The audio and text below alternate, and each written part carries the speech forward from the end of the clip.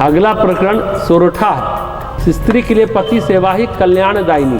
सहज अपावनी नारी पति सेवत शुभ गति लहई। जसु गावत श्रुति चारी अजहू तुलसी का हरि ही प्रिय। स्त्री जन्म से ही अपवित्र है, किंतु पति सेवा करने से वह अनायास ही शुभ गति को प्राप्त होती है। पतिव्रता स्त्री वृंदा का यश चारों वेद गाते हैं और आज भी वह तुलसी के रूप में श्री हरि की प्रिया बनी हुई है। वैसे तो जन्म से सभी अपावन है, अपवित्र है। सिर्फ स्त्री ही नहीं, पुरुष भी अपवित्र है। हाँ, स्त्री के लिए बहुत आसान है पति सेवा कर अपनी सुविधा बढ़ा ले, शुभ गति को प्राप्त कर ले। गोस्वामी जी इस संदर्भ में ये बात कर रहे हैं, क्योंकि पुरुष के लिए आसान नहीं है शुभ गति। वृंदा का उदाहरण सामने है। सिर्फ स्त्री अपावन तो आज के जमाने में है नहीं। स्त्री और पुरुष दोनों ही कलेवर हैं आत्मा का। कर्म और भाव के आधार पर मनुष्य स्त्री बनता है या पुरुष बनता है। दो चीजें हैं, कर्म और भाव मनुष्य को स्त्री या पुरुष बनाते हैं। भाव अगर मनुष्य को स्त्री या पुरुष बनाते हैं, पवित्र और अपवित्र बनाते हैं। भाव अगर स्त्री प्रधान है, स्त्री बनती है जीवात्मा।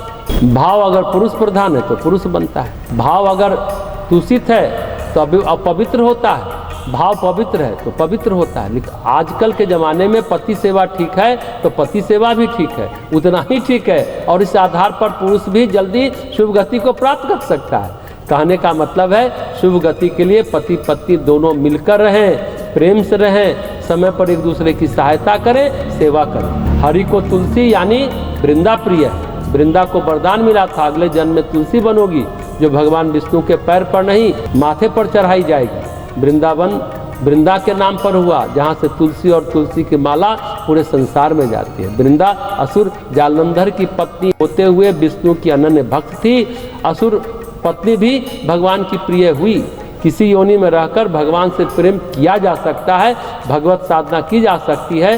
हाँ, ये सच है कि सेवा से, सद्भाव से, प्रेम से आदमी एक दूसरे का प्रिय बन जाता है। लेकिन नारी अपवित्र नहीं है।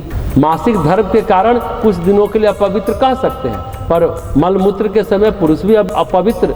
गंदगी त्यागने पर, मलमूत्र त्यागने के समय पुरुष भी अपवित्र है, वही गंदगी त्यागने पर फिर दोनों पवित्र है। पर आज की तिथि में मासिक धर्म उतनी बड़ी समस्या नहीं है।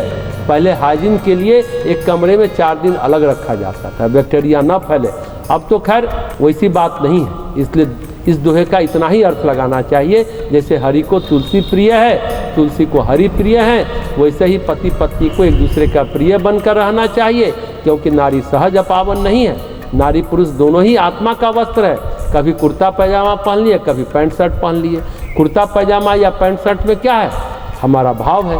आज भाव आया तो कुर्ता पैजामा पहन लिए, आज भाव आया तो पैंट शर्ट पहन लिए। पति पत्नी दोनों मिलकर एक दूसरे की सेवा करते रहें, शुभ गति मिल जाएगी। और गोस्वामी जी उदाहरण देते हैं, जैसे तुलसी और श्री हरि रहते हैं। तुलसी भगवान के माथे पर चढ़ाया जाता है।